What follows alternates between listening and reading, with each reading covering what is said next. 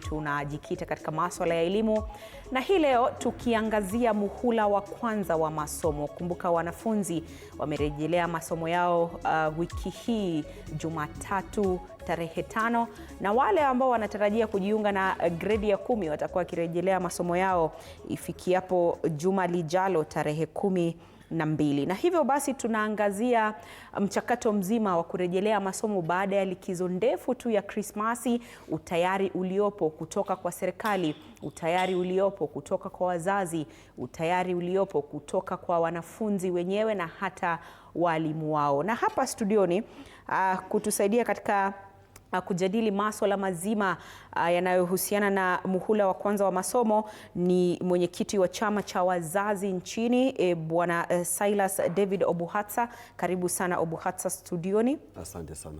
Na kando yake ameketi mshauri wa masuala ya elimu Bwana James Nyaga. Karibu sana Nyaga studioni. Asante sana.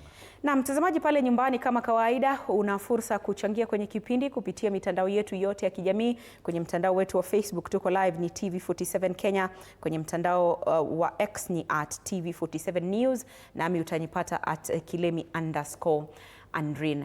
Na moja kwa moja sasa tuzamie mdahalo wetu hii leo ambapo tunaangazia sijui niite ni sitafahamu ya kurejelea masomo baada ya likizo ndefu. Vilevile tunaweza labda tukaitaja kama imekuwa ni hali ngumu kwa wazazi kwa sababu wanahitajika kugharamika kifedha.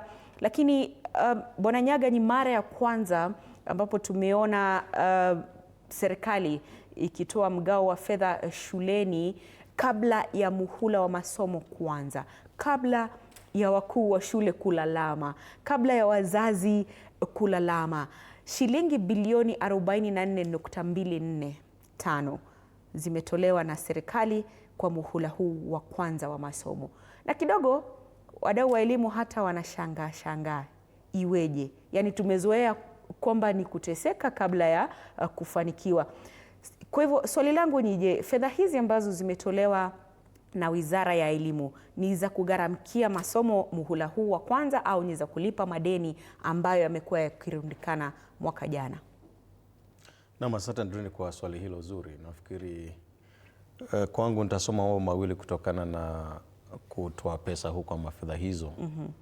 Mwanzo niseme kwamba ijapo wametoa pesa hizi mwanzo huu, tukumbuke kwamba shule zilifunga na madeni mengi sana. Shule nyingi zimekuwa zikikimbizwa, mwalimu wako wamekuwa kikimbizwa na wale ambao waliwapelekea baadhi ya bidhaa ambavyo kwamba havijalipwa. Kwa hiyo tuseme kwamba serikali imetoa pesa, lakini nikifikiri wanajaribu kulipa madeni ya mwaka uliopita. Kwa sababu na ukitoa madeni hayo utapata kwamba pesa ambazo zitabaki zitakuwa ni kiduchu sana, yani ni kidogo sana. Pili tuseme, unajua sasa mwaka huu ni 2026 ambapo serikali yenyewe inajiandaa katika kufanya siasa. Naam. Kwa hiyo kuna hali hiyo pia kwamba manake tumekuwa tukilalamikiwa kabla ya kutoa mgao kwa miaka mitatu sasa. Tujaribu namna ambavyo tunaweza kuwabembeleza hawa Kenya waone kama kwamba kuna kazi fulani inatendeka. Mimi nafikiri sioni jambo kubwa sana la kushabikia ama kushangilia hapa. Kwa sababu ikiwa bado kuna madeni shuleni, baada ya miezi miwili nafikiri walimu wakuu wataanza kulalamika tena. Manake kuna wale ambao walileta bidhaa wakauzia shule kwa madeni, na wengine walikwenda mpaka kotini. Nakumbuka tuko hapa mwaka uliopita tukisema kwamba baadhi ya shule na shule nyingi tu zimepelekwa kotini, baadhi ya mabasi ya shule yamekamatwa na mambo kama hayo kwa sababu ya madeni. Kwa hiyo hatuwezi tukapongeza serikali, kwangu hatuwezi kupongeza serikali kwa kufanya lile ambalo ilichelewa kufanya mwaka uliopita. Kwa hivyo ni jukumu lake, hakuna la kushabikia. Ni jukumu lake na hata kwanza umechelewa. Na nafikiri ukiangalia ikiwa kwa mfano utatoa pesa ambazo nafikiri zilikuwa ni bilioni 24 kama sijakosea za madeni. Ukitoa hizo na ugawe zile zimebaki sasa, utapata mwanafunzi mmoja atapata shilingi 109. Shilingi 109 mwanafunzi hawezi kuzitumia kwa zaidi ya mwezi mmoja katika yale masilahi ya pale shuleni. Kwa hiyo sioni jambo kubwa hapa. Ni vizuri kwamba walimu walalamiki kwa sababu nafikiri wanahitaji kwanza walipe madeni wanatumia hizo. Kwa hiyo sikutarajia ama sikutegemea walalamike, lakini kwa hakika sioni la kushabikiwa. Naam. Tuje kwako Bwana Obuhata, wewe kama mwakilishi wa wazazi, tayari tunajua kile ambacho serikali inastahili kutoa kwa shule ili kufanikisha masomo. Tayari shilingi bilioni 44 zimetolewa. Tunajua kwamba kila mwanafunzi anastahili kupokea shilingi 22,245. Lakini je, tunajua haswa ni kwa njia gani mzazi anagharamika? Maanake mara mingi tunazungumzia kugharamika kwa serikali kwamba inastahili kutoa fedha hizi, lakini kunakuwa na hali ya sitofahamu kila mara. Hata kama serikali imetoa fedha hizi, wakati mwingine ni kwa kuchelewa, lakini mzazi anagharamika vipi ili mtoto anaporejea shuleni basi anakuwa amefanya upande wake kama mzazi? Ningelipenda kusema asante sana kwa hilo swali, na kabla nijibu ninataka kutuma heri salama njema kwa wazazi na wanafunzi wote katika nchi ya Kenya wanapofungua shule. Pia ningelipenda kutuma sana rambirambi kwa ile jamii ya yule catechist ambaye jamii yake imefariki kule kwa ajali. Mwishowe ningependa kutuma salamu zingine za rambirambi, sana za rambirambi kwa ile familia yule askari ambaye ameuawa kwa shule pale Nakuru. Ni mambo ya huzuni sana kuona kwamba askari ambaye analinda shule ambao wanafunzi wanasomea, wanafunzi hawana hatia, askari ana hatia, wanafunzi anaenda kwa shule asubuhi anakuta kwamba ndiye anakuwa, yani kile anakutana nacho cha kwanza mbeleni ni askari ambaye ameuawa. Ni jambo la huzuni mno. Nikirudi kwa mambo ya shule, kwanza sana tunafaa tujue kwamba katika 2010 constitution basic education ama masomo ya msingi inafaa ikuwe free kulingana na 2010 constitution. Lakini nchi ya Kenya haijafika kile kiwango cha kusema kwamba inaweza kutosheleza mahitaji ya kupeana free education kwa watoto wa nchi yake, kwa sababu ukiangalia population ya Wakenya, hawa watoto ambao tuko nao hapa Kenya kwa mashule, ukienda kila shule primary school, shule nyingi ziko na watoto karibu 1,000, 2,000, 3,000, na in all 47 counties ukiweka hawa watoto pamoja hawa watoto karibu 10 million na above. Kwa hivyo serikali haiwezi kusema kwamba kwa sasa Kenya ikiwa nchi ambayo haijadevelop kama nchi zingine za ulimwengu inaweza kutoa full free basic education. Serikali imetoa pesa kwa mashule 44 billion, bilioni 40.25. Hii ni pesa nyingi sana ambayo serikali imegharamia, kwa sababu serikali ajenda yake ni kuona education inaendelea mbele, na haswa wakati kuna transition ya grade 9 kwenda grade 10. Kwa hivyo sisi kama wazazi wa nchi ya Kenya, mahali penye tuko, inafaa tushukuru kwamba serikali inafikiria juu ya kugharamia masomo ya haswa watoto wale ambao hawajiwezi. Kwa sababu ni nani angepea mzazi shilingi 22,000 bure kupeleka kwa shule vile serikali imefanya? Kwa hivyo wazazi wanafaa washukuru. Jambo lingine, walimu wakuu hawajalalamika na hawafai kulalamika, kwa sababu wanaelewa hizi pesa ambazo zimetolewa kwa mashule vile zitafanya kazi. Watu wamekuwa wakilalamika hapa nje kwamba serikali haipeleki pesa kwa mashule, lakini tumeona wanafunzi wakisoma alafu baadaye labda kama imebaki siku moja ama siku mbili unaona shule inafungwa. Lakini haifungwi kwa sababu si ati ni kwa sababu ya pesa. Katika shule yote katika nchi ya Kenya, ukienda pale boarding school ya public secondary schools 844, ukienda kwa mashule utakuta kwamba principals wako na account zingine ambazo ziko na spare money. Kama serikali haijatoa pesa kwa wakati, hizo pesa zingine kama za mijengo na nini zinaweza kutumika kuwaweka watoto katika shule. Hatujasikia kwamba kuna watoto ambao wamekufa kwa shule kwa sababu kuna njaa, serikali haijatoa pesa. Kwa hivyo tunasema kwamba serikali huwa inachelewa kutoa pesa. Miaka iliyopita imechelewa kidogo. Kuna sababu ni kwa nini serikali huwa inachelewa kutoa nini? Kutoa hizo pesa. Kwa mfano, kama serikali haijaokota ushuru tax kwa Wakenya ambayo inatumia kulipa madeni, kulipa wizara zingine zote, si education peke yake. Kuna wizara ya Ministry of Health, kuna wizara ya vijana. You have seen kwa TV sahizi President ako Eldoret kwa hii mambo ya vijana. Kwa hivyo all this taxpayers money inatumika katika njia mbalimbali, na kwa sababu nini inafanya labda saa zingine funding ya shule inachelewa. Wakati tax imechelewa kuwa collected kwa time ama kukusanywa, unakuta kwamba serikali haiwezi kutoa ile pesa iko nayo kidogo kwa mashule. kwa sababu serikali huwa inataka ikitoa pesa kila mwanafunzi apate share kidogo, hata kama ni kidogo kiasi gani, kila mwanafunzi apate. Naam. Kwa hivyo wakati mnaona principals wakilalamika, si wanalalamika kwa ubaya. Wanalalamika kwa sababu saa zingine wanatarajia pesa sikuje tu mara moja, lakini serikali inajua kwamba hizi pesa zitakaa wiki moja au wiki mbili, lakini baadaye zitafanya nini? Zitakuja. Now sasa hizi tunaona serikali imetoa pesa. Hizi pesa ambazo serikali imetoa, part of it italipa madeni na ile ambayo itabaki itaendelea kutumika kwa mashule. Kwa hivyo sisi kama wazazi na Wakenya tushukuru kwamba pesa zimepatikana kwa mashule. Na wakuu wa mashule wanajua kwamba kama pesa zimetumanwa kwa mashule, hawata complain. Wa complain kwa nini? Kwa hivyo tuko pale, huo ndio msimamo wetu sisi kama wazazi. Asante sana Bwana Obuhatsa kwa hilo. Sasa tuangazie swala hili zima la ada za shule.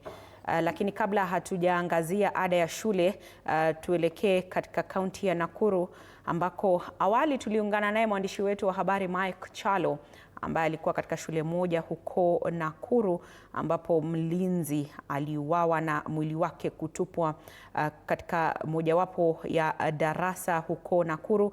Labda Mike Chalo, iwapo sasa unanipata, hali iko vipi hapo Nakuru? Labda ni kipi ambacho tunajua hadi kufikia sasa kufuatia kifo cha mlinzi huyo wa shuleni?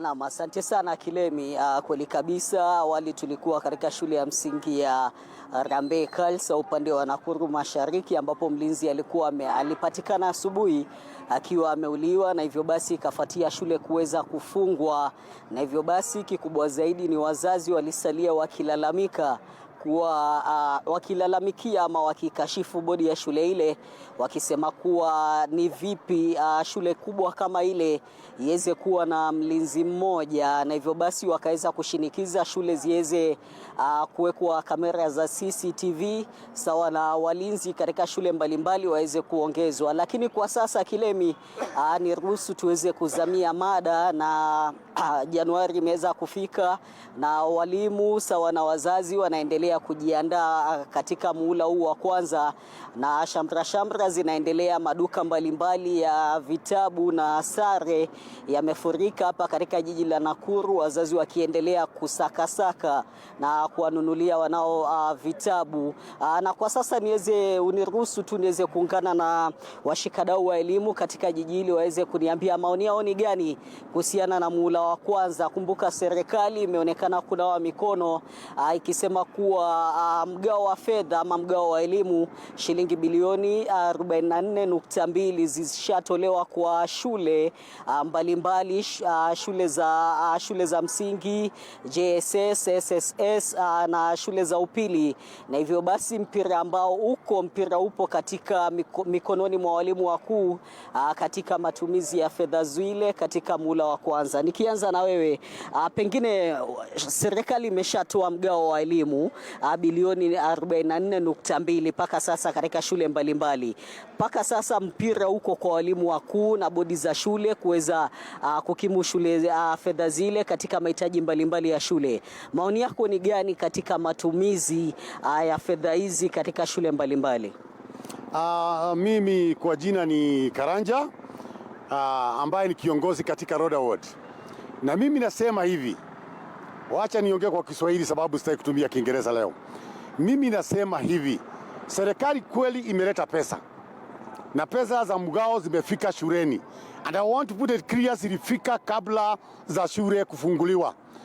Na juu ya hayo yote ningetaka kusema ya kwamba wazazi wanaibiwa peupe na walimu wakuu wa shule za msingi.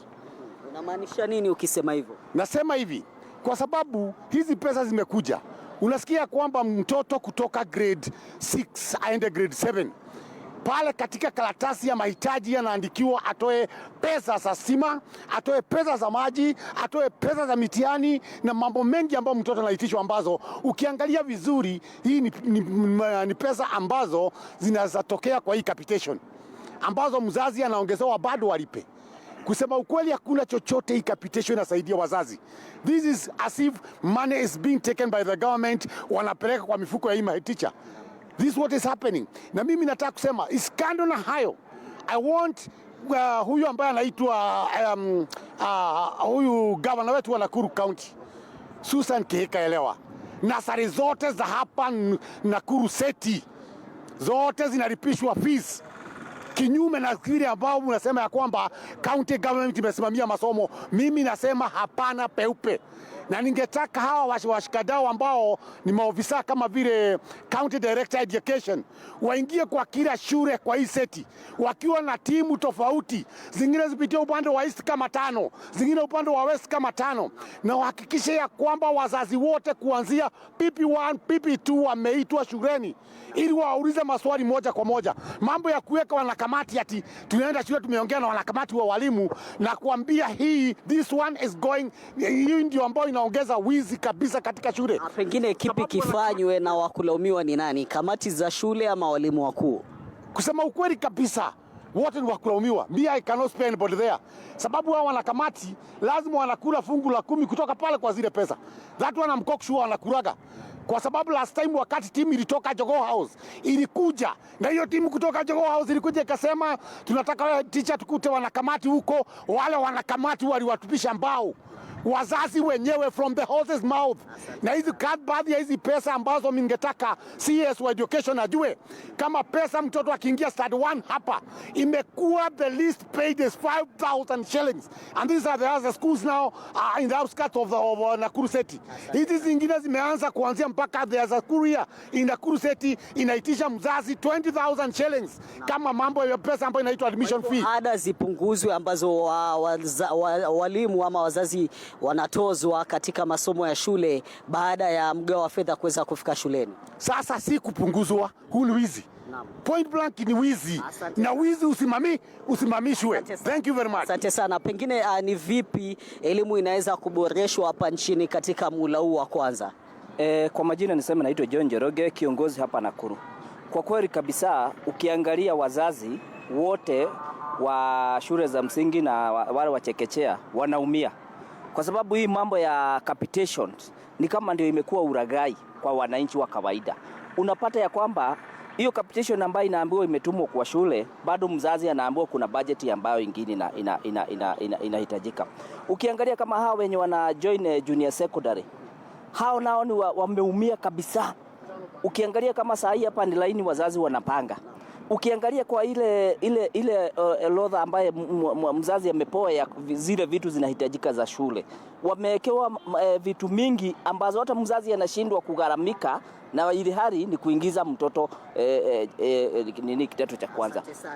Asante sana Kilemi. Ndio maoni hayo ya wazazi na washikadau mbalimbali wa elimu hapa katika jiji la Nakuru. Na upande wangu wa kushoto ni laini ambazo unaziona ni baadhi ya wazazi ambao wamepanga laini, si laini ya kupiga kura wala kwenda kuchukua chakula. Ni wazazi wanaoelekea katika maduka ya vitabu na maduka ya sare katika shamra za muhula huu wa kwanza kuweza kununua baadhi tu ya stakabadhi ama walizoandikiwa ambazo zinahitajika katika shule mbalimbali. Sitaki kuongeza lolote kwako studioni Kilemi. Naam, ni maoni ya wazazi kutoka kaunti hiyo ya Nakuru kuhusiana na mada yetu ya leo ya muhula wa kwanza wa masomo na jinsi ambavyo wamejitayarisha kwa muhula huu wa kwanza. Maoni tofauti tu hapo kuhusiana na hali halisi na hususan kutokana na kugharamika ambako wazazi wengi wanagharamika na ambao umetajwa kuwaumiza kidogo. Tuelekea Mombasa sasa, ambako pia tutaungana naye mwandishi wetu wa habari Quinto Wafula tupate kusikia katika upande huo wa pili wazazi wanaye pia kusema. Quinto, habari za sasa?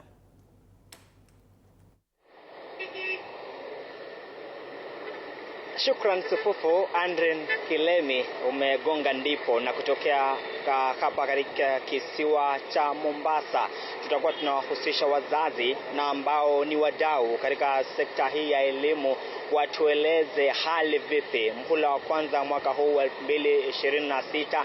Vilevile najua watataja kiufupi kuhusu maandalizi na vilevile mapokezi ya wanafunzi wa gredi ya 10. Kwa hiyo karibuni sana wadau. Tuanze tu nawe, labda karibu hapa, uanze tu kwa kutueleza jina lako ni nani katika kaunti hii ya Mombasa katika sekta ya elimu. Mimi ni Ahmed Kombo Ahmed, mwenyekiti ya chama cha walimu NAT Mombasa County. Shule zimejiandaa vipi? Ni mhula wa kwanza, mapokezi ya wanafunzi, shule zimejiandaa vipi wewe kama kiongozi katika NAT? Shule zimejiandaa kwa sababu kabla mwaka kuingia, walimu wakuu wanaitwa katika mkutano maalum, wanapewa ratiba ya mwaka huu. Kwa hivyo mwaka uliopita mwisho serikali ministry iliweza kuita walimu wakuu na akapatia mipango ya mwaka huu. Kwa hivyo mipango ya mwaka huu walimu wakuu walipata mwaka jana, kwa hivyo ilikuwa ni kutekeleza. Kwa hivyo walikuwa na mipango kamili ya kutekeleza mwaka huu kwa upande wa michezo, kwa upande wa elimu na mambo mengine mengi. Kwa hivyo hawakuwa na shida yoyote katika mpangilio kwa sababu tayari ilikuwa wamejiandaa kupitia kwa serikali yetu na wizara husika ya elimu. Labda ni changamoto zipi ambazo sekta hii ya elimu imepitia mwaka uliopita ambazo mmejiandaa vipi kupambana nazo katika mwaka huu?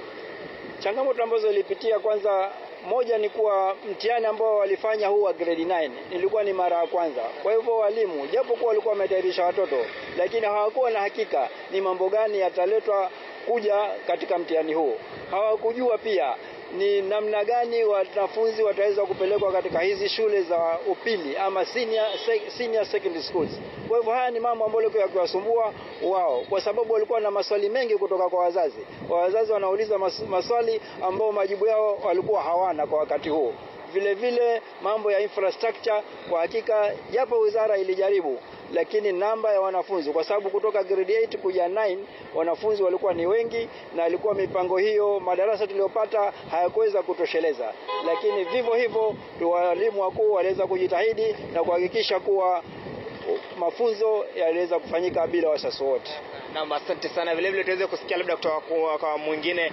Anza tu kwa jina, utueleze. Kwa majina naitwa Mwalimu Dana Lo, katibu wa muungano wa walimu NAT tawi la Kilindini na vile vile National Trustee. Niko hapa kuongea na pwani mzima na Kenya kwa jumla. Umesema pwani mzima. Pwani imejiandaa vipi? Mapokezi ya grade ya 10 na vile vile maandalizi jumla, shule zinafunguliwa muhula wa kwanza. Kwanza tumeweka mikakati na idara ya elimu. Labda ukiangalia kamera. Tumeweka mikakati na idara ya elimu. Tumekuajiri walimu. Tunaanza kutathmini nafasi ambazo tuko nazo. Lakini tunaweza kusema so far mambo mazuri katika pwani. Wale watoto wote, wanafunzi wote ambao walikuwa kwa shule wamewekewa shule, na tunahimiza kila mtoto tunataka kupata 105% coast region. Na tumeongea na regional director, tunafanya campaign kupitia provincial administration mpaka chini nyumba 10, kila mtoto shuleni, watoto wote shuleni. Hiyo ndio kazi. Pia tunaongea na tume kwa ajili walimu, tutathmini uhaba wa walimu. Tuko na motisha kwamba tumeelewana. Leo tunapeleka walimu shuleni. Na pia serikali imetuahidi kumpatia bilioni ngapi? 2 ya kuajiri walimu na kupatia walimu promotion. Kwa hivyo tunataka hizo zote ziende sambamba. Watoto wote shuleni, walimu wote waende shuleni, na wazazi wapeleke watoto shuleni, na vile vile tupanue mashule. Na tunaomba hata mashirika za kijamii, hata hizi kampuni zetu kubwa kama Safaricom, kama KPA, kama KCB, kama wale wote partners wetu, wahakikishe zile shule ambazo kwa karibu waadapt, wapadue. Na tunapatia kongole, hata KenGen imefanya, na bado tunazidi kuendelea. Hilo swala ambalo umetaja kuhusu shule, tunaona kwamba kuna tatizo sana, wazazi wengi wanataka shule zile za C1 lakini ni chache. Labda serikali ifanye vipi katika ili mwaka unaokuja tusiwe na tatizo kama ambalo tunapitia mwaka huu? Kwanza tunataka tubadilishe mada yetu ama mafikiri yetu. Mtoto anaweza kupita kwa shule yote karibu. Hii katika competence based curriculum haina maana watu kushindana, kwa sababu hii mtihani inafanywa kila jumishi. Sasa si wakati zile kwamba shule fulani imekuwa hivyo, hizo tumeondoa. Tumeona mwaka huu hatuko na magari na mchango na vigelegele. Tunataka watoto wafanye na waendelee kulingana na nafasi yao. Kwa hivyo tunataka wazazi, baada ya miaka 2-3 utaona wamebadilisha akili. Unaona vyuo vikuu sasa kiita watu, hakuna mzazi anasema mimi nataka kwenda Nairobi University, naenda kwenda Kenyatta, nataka kwenda Mount Kenya. Tunataka tubadilishe nia zetu na fikiria zetu na dhana zetu. Tutasema pia serikali ongeze zile C1, ziongezwe katika Mombasa County, katika pwani kwa jumla na katika Kenya, ili tupambana na hiyo swali ambao mmeibuka. Lakini watu wasilalamike, kwa sababu kila mwaka, hata wakati wa mfumo wa 844, bado kuna baadhi ya wazazi ambao bado walikuwa wanataka allowance, nataka hii. Hiyo itaenda pole pole, itaisha, kwa sababu tunaenda katika pathway.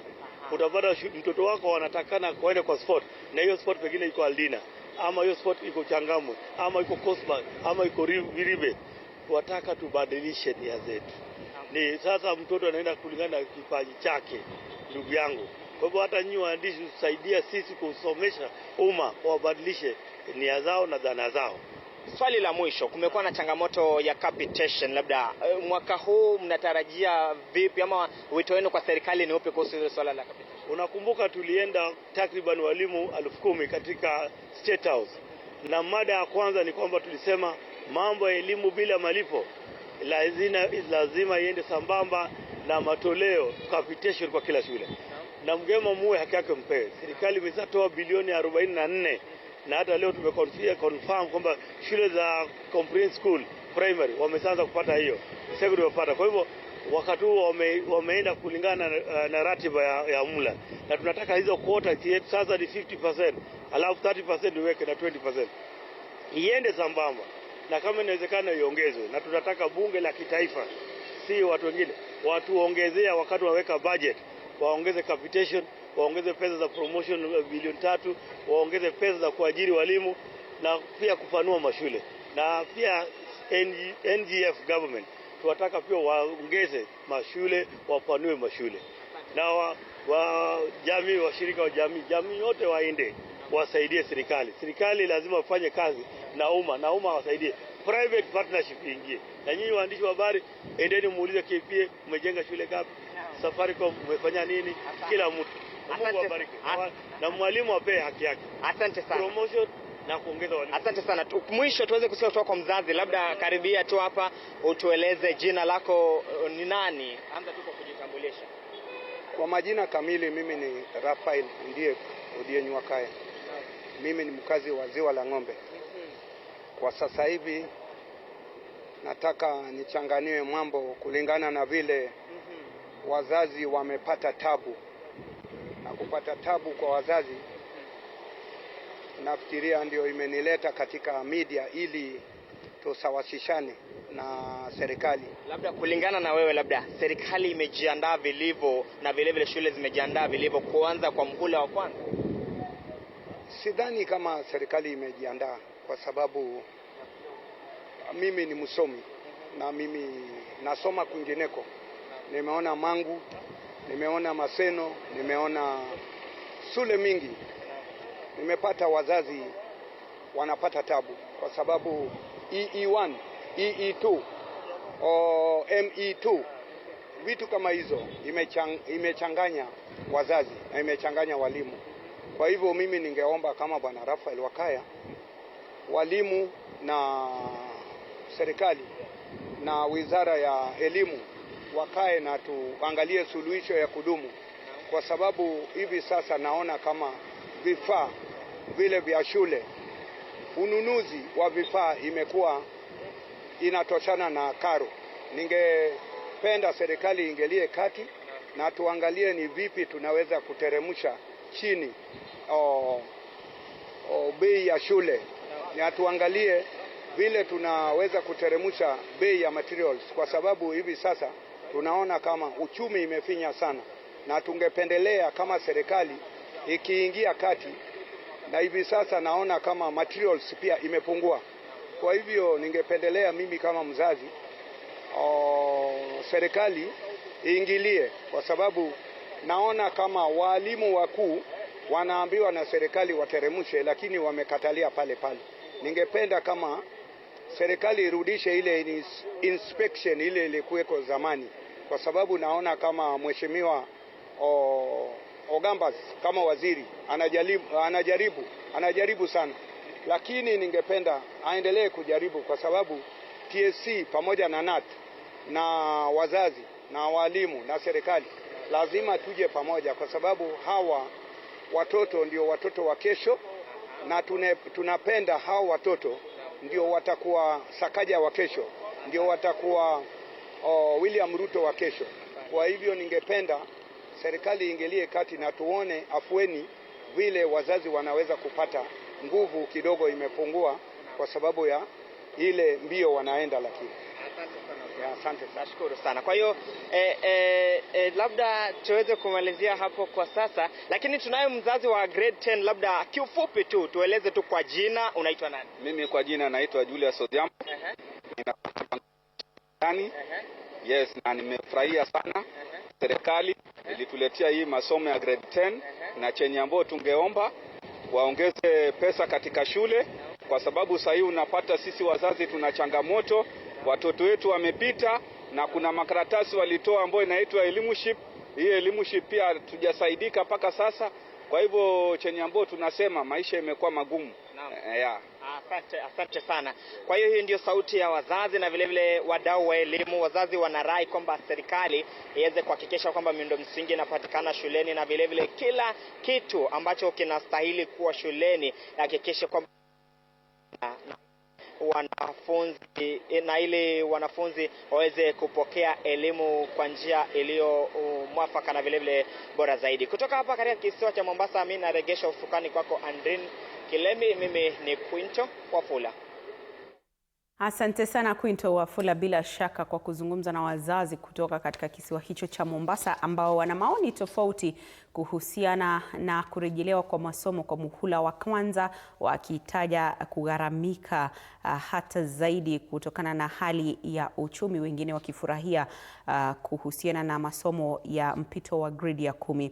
Hapa studioni, mtazamaji, tunazidi kuchanganua na kudadavua swala zima la utayari uliopo kutoka kwa serikali, wazazi, walimu na wadau wengine wa elimu. Na Bwana Nyaga, tumeona kwamba kumekuwa na taarifa zinazokinzana kutoka kwa wakuu wa serikali, au hata ninaweza nikawaita viongozi wa serikali. Mbunge wa Kiharu akataja kwamba kuna njama ya serikali kuongeza karo kwa takriban shilingi 9,000, lakini serikali siku hiyo hiyo ikatoa taarifa kwamba karo haijaongezwa na kwamba itasalia pale pale. Kwa hivyo kauli hizi ambazo zinaonekana kukinzana kutoka kwa viongozi wa serikali zinaathiri vipi imani ya wananchi na hususan kwa sera ya elimu? Kwa hakika zinaathiri pakubwa, kwa sababu mara nyingine tuko hapa nikasema kwamba kila serikali inafaa kuaminika, ili kwamba ikisema leo ni Jumatano ama Alhamisi, kila mtu anaamini kwamba leo ni Alhamisi. Serikali inafaa kuaminika kiwango kwamba ikisema kesho serikali itafanya ama itatenda hili na lile jingine, jambo hilo linafaa kuchukuliwa namna hiyo. Shida tulionayo katika taifa letu kwa sasa ni kwamba serikali iliyoko haiwezi kwa hata dakika moja kuaminika. Maanake leo wanasema hili, kesho linakuwa ni jingine.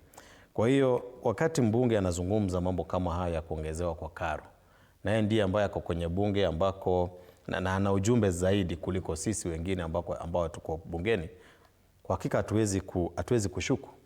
Kwa hiyo ni serikali isikie maoni hayo kwamba hatuhitaji karo kuongezewa, manake hata kwa sasa tukizungumza wazazi wengi wamelemewa na kulipa karo, manake mahitaji ya shule ni mengi sana. Na nafikiri ni muhimu pia kutaja hapa kwamba hata pesa ambazo wanasema zimeletwa shuleni, walimu wanauliza, kwa sababu nimeongea na walimu wengi tu, wanauliza kwa sababu kama shule za sekondari kwa mfano wametumua 6,000 kwa kila mwanafunzi, wakihesabu zile pesa ni 6,000 kwa kila mwanafunzi. Kwa hiyo hawajui sasa hii ni asilimia gani imetumwa. Manake cha muhimu kimekuwa ni kwamba walimu wanafaa kuelezwa kwamba mwaka mzima tutatuma pesa hizi, na sasa muhula wa kwanza tutatuma asilimia fulani. Kwa hiyo ile circular ya kudhihirisha ni hizi pesa zimetumwa, hizi 6,000 kwa mwanafunzi wa shule ya upili ni asilimia gani, ili walimu waweze kujua wanafaa kupanga namna gani mambo ya shule. Na nimemsikiza ambaye anawakilisha wazazi hapa akizungumza, na kauli zake zinakinzana sana na za wazazi ambao wanazungumza.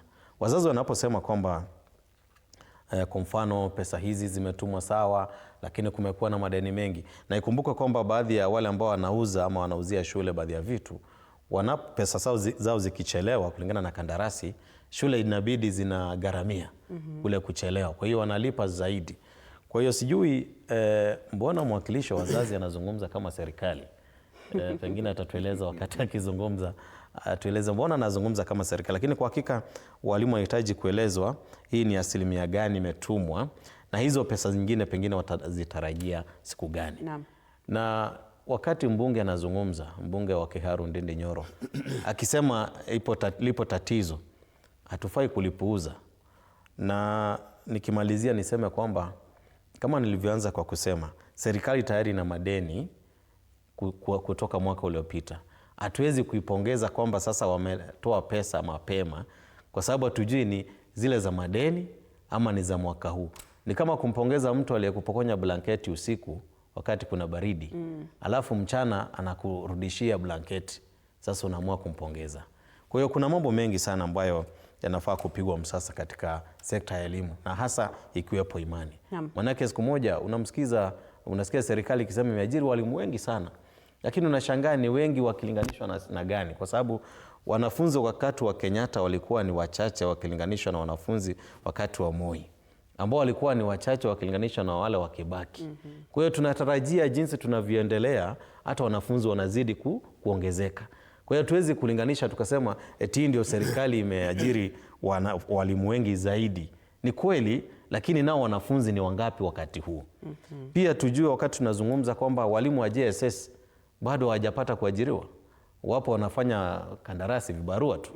Na hilo ni jambo ambalo linaathiri sana elimu, kwa sababu wale wanafunzi wa grade ya 10 sasa, ama wale wanafunzi ambao wanafunzwa na walimu wa JSS, bado walimu hawajapata motisha wa kufundisha.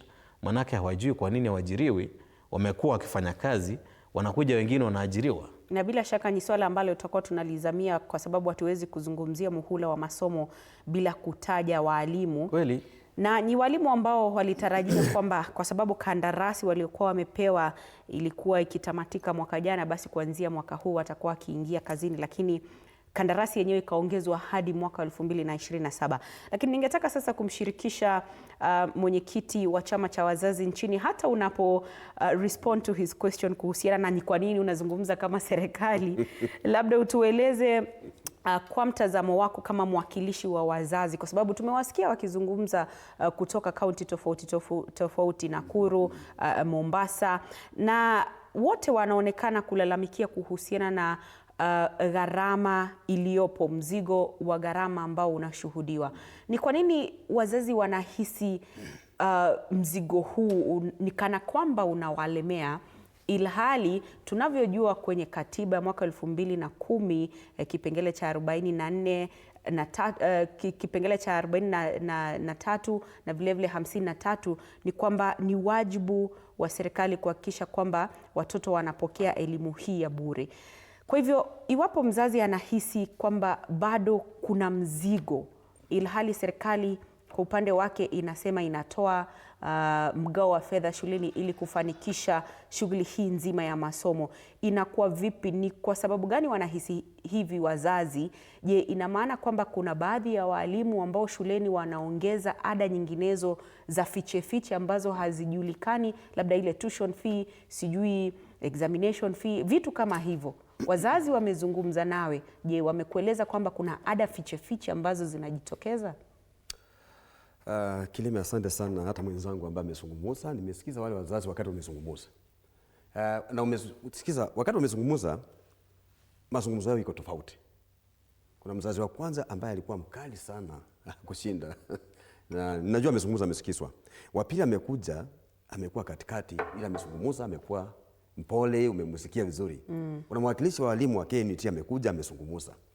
Jambo la kwanza nataka kusema kwamba kuna uaminifu wa serikali.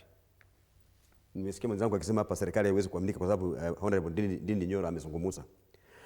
Sisi kama wazazi, we are not politicians, neither are we activists. Sisi sijui naweza kusema namna gani kwa Kiswahili.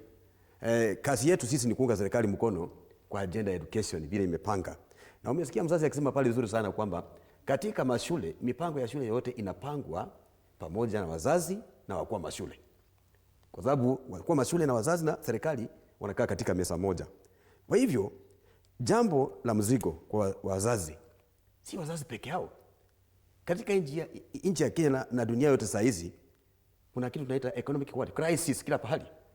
Na wazazi hawa ambao wamepeleka wanafunzi katika grade ya 10 kutoka grade 9, wametoa watoto kutoka grade ya kwanza huko ECD wamekuwa wanapitia katika hizi changamoto wakati na wakati zikikuja, kwa sababu mzigo ni mkubwa.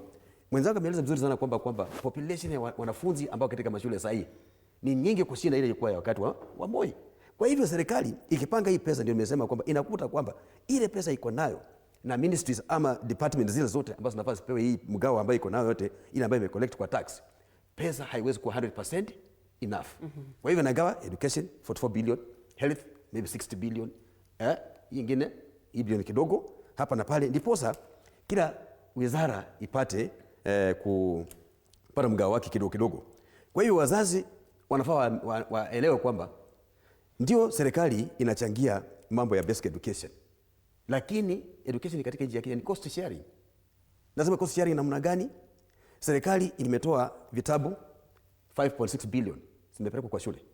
Serikali imetoa capitation 22,000 na 15,000 kwa 22,000 kwa mwanafunzi wa second school, 15,000 kwa mwanafunzi wa junior school, na hii ingine capitation ya primary school imetoa hiyo. Mzazi akinunua kalamu, mbona alalamike? Mzazi akinunua mtoto viatu, mbona alalamike? Mzazi akinunua uniform ya mtoto, mbona alalamiki?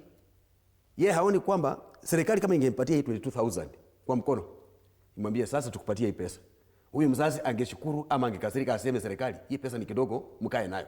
Si angeshukuru? Na kwa hivyo wakati tunasema kwamba education is cost sharing, kuna vile tunaita parental roles, so provide for education ya watoto wao, na wazazi wanafaa wajibike katika hizo roles, kwamba washare pamoja na serikali. Serikali inatoa mgao wake, mzazi kuna mgao wake. Now serikali inatoa 57% ya capitation funding, wazazi wanatoa 43%.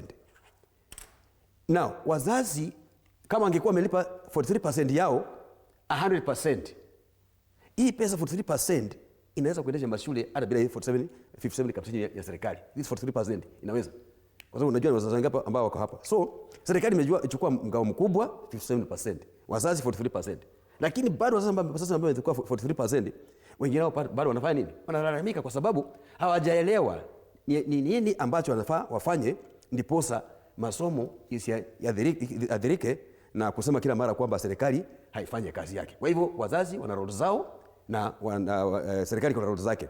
Mambo ya extra levies. Kila mara nimesema ili jambo extra levies linafaa litolewe. Hatuna kitu kama extra levies katika mashule, lakini linafanyika. Ngoja. Linatokea kwamba unasikia mtu anasema pale nje, ma principals wanaibia wazazi. Principals principals ni professionals ambao wameajiriwa na serikali, na serikali inalipa walimu. Hawana haki ya kuiba, kwa sababu serikali inatoa circular kila mara inasema kwamba ukipatikana ukihusika utajibika, si ndio? Na napenda sana Bwana Obuhatsa. Kidogo nimalize. Nisahau hiyo point. Naam. Nikikuuliza hapa, mimi ni msemaji wa wazazi katika serikali. Naam. Hakuna mzazi ambaye ameamka na kuleta barua kwa deski yangu kwamba bwana chairman, hii shule ya Ndaragwa Second School principal amenitisha 40,000 hajanipatia receipt. Sasa wewe kama chairman nataka uulize principal, hii pesa nauliza kwa nini? Hakuna mzazi ambaye ameenda kwa police station yoyote katika nchi ya Kenya. Being one of them, hata ni mmoja mzazi. Anataki wapi kwamba principals wameiba pesa? Sasa Bwana Obuhatsa, shikilia papo hapo, manake napenda sana vile ambavyo umeleta swala la circular. Na kitu ambacho kinaleta tumbo joto au kutokuwa na uwazi ni hii circular ambayo anazungumzia mbunge wa Kiharu Ndindi Nyoro ya 2015 ambayo inaonyesha kwamba kuna nyongeza ya shilingi 9,000. Je, huenda ikawa kuna baadhi ya wakuu wa shule ambao wanatumia circular hii ya mwaka 2015 kama kigezo kwamba ni ada hii ambayo inastahili kutolewa shuleni, ilhali on paper ni tofauti, kwa sababu unavyosema hakuna mzazi ambaye amewahi kujitokeza, na ni kwa sababu labda hana information, na iwapo amezua wasiwasi anaonyeshwa ndo hii circular inasema kuna nyongeza ya shilingi 9,000. Na hapo ndipo sasa swala langu la imani na uwazi. Kwa nini kunakuwa na tofauti, maoni kinzani kutoka kwa wakuu wa serikali, kutoka kwa serikali yenyewe na hata kwa wazazi? Wacha kujibu. Nakubali kujibu kwanza. Kabla hujajibu Bwana David, wacha kujibu kwanza. Kabla hujajibu nafikiri kutakuwa na haja kubwa mjadala huu hauwezi swali. Mjadala hauwezi kuwa na maana ikiwa tutakuja hapa tuanze kutapatapa. Wewe umesema wewe ni mwakilishi wa wazazi. Mara unalaumu wazazi eti kwamba hawaleti barua kwenye meza yako. Sasa hiyo meza yako iko wapi Kenya hii bana? Kwa sababu sasa mtu akiwa Tharaka Nithi ama akiwa Baringo, hiyo meza yako iko wapi? Kwa hiyo nafikiri cha muhimu ni uozo wote ukipatikana katika serikali, hatufai kulaumu wazazi. Kwa sababu serikali kama alivyosema imewaajiri walimu wakuu, ikaajiri walimu wengine wa kufundisha na ikawaajiri hata wasimamizi kule nyanjani. Kwa hiyo kama kuna tatizo, wale wasimamizi ndio wanafaa kujua kwamba kuna tatizo hapa katika shule hii. Kwa hiyo kuja hapa katika runinga tuanze kulaumu wazazi sasa hawana habari, tuanze kulaumu wazazi eti kwamba pengine hawajui. Nafikiri huo mjadala huwezi kukimu mahitaji ya kuwepo kwetu hapa. Itakuwa ni vizuri na nafikiri nimeanza kushuku kama huenda pengine wewe si mzazi katika hali hadisia. Kwa sababu sielewi itakuwaje Bwana David? Wacha nikujibu. Wazazi wanalalamika, unasema hawana habari. Wacha nikujibu. Wazazi wanalalamika, unasema serikali inajua. Wacha nikujibu. Nataka nikujibu. Itakuwa ni vigumu kuwa na mjadala kama huu. Wacha nikujibu. Umeuliza swali mzuri sana. Unajua umeniuliza desk yangu iko wapi? Iko wapi? Wacha nikuulize, wewe ni mzazi kwanza? Nijibu ndio ama la. Mimi ni mzazi, ni kweli. Wewe mzazi ndio? Wewe ni mzazi na haujui mahali penye ofisi ya wazazi iko wapi? Haujaniona nikisema ofisi yetu iko katika nchi ya Kenya? Niweza kuwa na keti hapa nazungumza ya kusimamia wazazi katika nchi ya Kenya kama niko katika briefcase? Haiwezekani. Kwa hivyo wacha nikwambie, wazazi sisi we are a national organization. Tuko na national office, tuko na county offices, tuko na sub county offices, tuko na village offices, school offices kwa ground, na tumefunza wazazi wetu mambo ya budget tracking katika mashule. Na tumewaelezea vizuri kwamba kama kuna shortfall ya budget tracking katika mashule, mzazi ako pale kwa shule, kuna PA chair, kuna machairs pale kwa shule ambao wanakaa katika boards za shule. Hii pesa unaona wazazi wanalaumu principals kwamba wanachukua extra funding. Hawa ni wazazi wenyewe wanaketi katika maboard ya shule, wanakubaliana kwamba sisi serikali imepeana 22,000 kwa mwanafunzi. Lakini 22,000 tukiangalia, kwa hivyo wenda haitatosha, kuna mahitaji mengine. Kwa hivyo sisi kama wazazi wenye shule ni za wazazi, si za serikali. Kwa hivyo wazazi ndio wanaamua kwamba kila mzazi sasa labda aongeze 1,000. Wanapitisha wenyewe. Wanasaini circular siko pale katika mashule. Hii circular PS ngoja kidogo. Hii circular ngoja kidogo nipatie nafasi. Hii circular sinafika hata mpaka kwa PS. PS anajua kwamba kama kuna principal ambaye anacharge extra 9,000, there is a circular ambayo inatoka kwa principal, inapitia pale kwa county education director, inafika kwa PS na inatoka kwa wazazi. Kwa hivyo mzazi ambaye analaumu, nataka kusema hivi, sitaki kusema kwamba ati mimi kwa sababu nasimamia wazazi niongee uongo. Mimi ni mzazi, niko na watoto kwa shule. Niko na mtoto anapeka grade 10 saa hii ambaye yako hapa. Kwa hivyo pesa ya siada ile ambayo nasema ni extra funds, hiyo pesa ni wazazi ndio wanapitisha katika mashule wenyewe walipe. Jambo la pili. Wewe umesema eti hata 43% ambayo wazazi wanalipa wenyewe inaweza kutosha kugharamia mahitaji ya shule. Bado nakuja unatuambia wazazi wanaketi wanaona pesa hii itosha. Unajua sasa we need to be factual. Kwa sababu tukija hapa tuanze kutapata. Na hapo sasa ndipo wewe hujaelewa na kulaumu wazazi. Wewe hujaelewa. Wewe unielewe. Kwa sababu mtu atauliza, kwa hivyo jukumu la serikali ni nataka kumaanisha shule zikianguka ama wazazi waibiwe, serikali sasa imenoa mikono. Nafikiri mimi siwezi kuwa katika mjadala huo kwa. Kilemi hapa sikia. Labda kwa kumalizia, kwa sababu ni swala ambalo linazua tumbo joto. Sitaki wazi kama nimehanga hivi. Nimesema kwamba education funding ya Kenya haiwezi kuwa 100% enough kwa watoto wote. Ndipo serikali inatoa kiasi fulani na wazazi wanalipia kiasi chao. Kwa hiyo 43%, wakati wasikia nikisema kwamba wazazi wanasema wanakaa wanatoa maybe 1,000, 2,000 wanakubaliana, is part of this 43% I'm talking about. Hizo ndio inatoka nje. Ndio hii 43% ambayo wanagharamia wenyewe kwa sababu shule ni zao. Hakuna mzazi ambaye ataenda kwa shule akaya aone kwamba chuo inaanguka na serikali haijapeleka pesa alafu akaya ngoje mpaka wakati serikali. Wazazi wanakaa wenyewe wanasema tunataka kusaidia serikali kujenga nini? Chuo, kwa sababu hawa wazazi pia ni serikali. Wewe na mimi ndio serikali, lakini Kilemi, wale serikali ni nani? Si Ruto. Si Ogamba, si mjadala. Swali ambalo labda tunastahili kujiuliza ni iwapo inawezekana ada ya shule au gharama ya shule isalie ile ile kulingana na kauli ya serikali, lakini gharama ya masomo iende juu. Kwa sababu hivyo ndivyo wazazi wanasema kwa ground, kwamba gharama ya elimu imekwenda juu. Lakini Serikali kwa upande wake inasema kwamba ada na gharama ya masomo imesalia kuwa ile ile. Kwa sasa, kabla hatujaingia kwenye mdahalo huo, tuelekee Elgeyo Marakwet, tuungane naye mwandishi wetu wa kaunti hiyo Fabian Kibet. Upande huo pia tupate kusikia wazazi wanaye pia kusema. Kibet.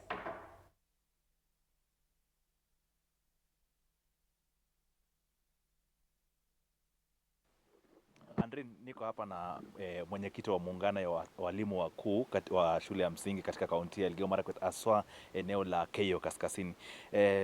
Karibu sana mwalimu, tuko live katika TV47. Leo tunajadili kuhusu kurejea kwa wanafunzi shuleni. Pengine nyinyi kama walimu mmejiandaa vipi? Ama kwa mara ya kwanza tu ningependa uanze kwa majina yako. Naitwa Daniel Serem, mimi ni mwalimu Mindililwa na ni mwenyekiti wa walimu wakuu Keyo North. Mwandishi katika Elgeyo Marakwet County. Yeah. Swali langu ni kuwa wanafunzi wamerejea baada ya likizo ndefu. Pengine nyinyi kama walimu mmejiandaa vipi kupokea wanafunzi? Walimu wako tayari na tayari pia wameingia kazini licha ya shughuli nyingi ambazo zinaambatanishwa katika mwanzo wa muhula, haswa mwaka inapoanza. Walimu wako tayari kwa sababu walikuwa wamejiandaa kwa kazi ya kurejea kwa wanafunzi. Swali langu la pili, mwalimu, wanafunzi wamekuwa likizo ndefu sana zaidi ya miezi mbili. Na wao sasa wamerejea shuleni bila chochote. Inafahamika kuwa kiwango cha masomo kwao imeenda chini. Pengine nyinyi kama walimu mmejiandaa vipi kurejesha hiyo hali? Ni ukweli kwamba likizo ilikuwa ndefu na mambo mengi yalifanyika wakati wa likizo huo. Sherehe nyingi, Krismasi, mwaka mpya, shamra hizo zote inaathiri utayari ya wanafunzi kurejea katika hali ya masomo. Lakini hata hivyo walimu wanajikakamua kuhakikisha kwamba watoto wamerejea vilivyo katika hali ya masomo, kwa sababu utakuta kwamba kuna wanafunzi ambao walijisahau kiasi kwa sababu walienda wakaacha vitabu, wengine wakatembea kwa maduku na madada sao kokote Kenya, na sasa hivi wamerejea. Ni jukumu letu kama walimu kuangalia kwamba wamerejea vizuri kwa masomo. Bila shaka umesema wanafunzi wamerejea shuleni. Ningependa tu mtazamaji afahamu, bila shaka wazazi pia wamekuwa na changamoto nyingi pia kurejesha wanafunzi shuleni. Idadi ya wanafunzi hadi sasa ambao wamerejea shuleni iko namna gani? Kwa sababu ya mabadiliko pia ya labda mahali pa kazi, wazazi wengine wanahama na mambo kama haya, utakuta kwamba kuna ulekevu fulani. Wanafunzi wamerejea ndio, lakini kwa asilimia kubwa si mbaya sana vile, kwa sababu ni karibu asilimia 90 hivi. Wale wachache ambao bado wangali nyumbani ni changamoto ya kwamba wazazi wamehama, wengine mahitaji ya msingi ambayo yanahitajika pale shule ili warejee. Yeah. Tukielekea kumaliza, mwalimu, ningependa mtazamaji afahamu kuwa kuna changamoto pia shuleni. Inafahamika kuwa serikali wameweza kupeana zile ufadhili kwa mashule. Hali iko vipi katika eneo hili la Keyo Kaskazini? Mara ya kwanza kabisa serikali wametia bidii, kwa sababu kwa sasa wametoa fedha ambaye ni ya ufadhili wa elimu ya msingi pia junior secondary, na wametoa kwa wakati ufaao sana. Kwa hivyo hatuna isipokuwa tu labda waongeze ile capitation. Hata hivyo wamejaribu sana kuleta kwa wakati ufaao, kwa sababu tayari shule nyingi wamepokea fedha hizo kwa sasa. Yeah. So mko tayari kuendelea kama shule, na ningependa tu uchukue fursa wako ama muda mfupi sana usungumuze kwa wazazi na pia walimu. Okay, ninawatakia kila laheri walimu na wazazi wanapojiandaa ama wanapojipanga kurejea kikamilifu muhula huu wa kwanza. Najua kuna mambo mengi ambayo yanahitajika, lakini mjikakamue.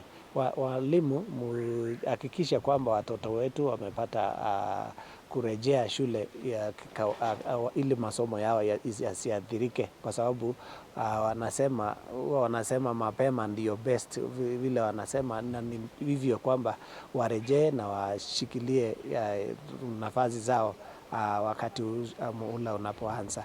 Nawatakia kila la heri na heri njema. Asante sana mwalimu kwa muda wako. Andrin huyo amekuwa mwenyekiti wa muungano ya walimu wakuu wa shule za msingi katika eneo hili la Keyo Kaskazini. Amesema muda bora ni ile wanafunzi warejee mapema na shughuli nzima ianze kuanzia leo kuelekea mwanzo wa mwaka tu, na yeye mwenyewe amesema mapema ndio best. Andrin, kutoka kwangu mimi ni Fabian Kibet.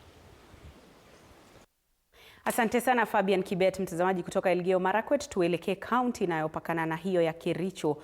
Tusikie kutoka kwake mwandishi wetu wa habari Collins Kiplagat, ambaye pia atazungumza na wadau wa sekta hii ya elimu kuhusiana na kurejelewa kwa masomo kwa muhula huu wa kwanza. Kiplagat.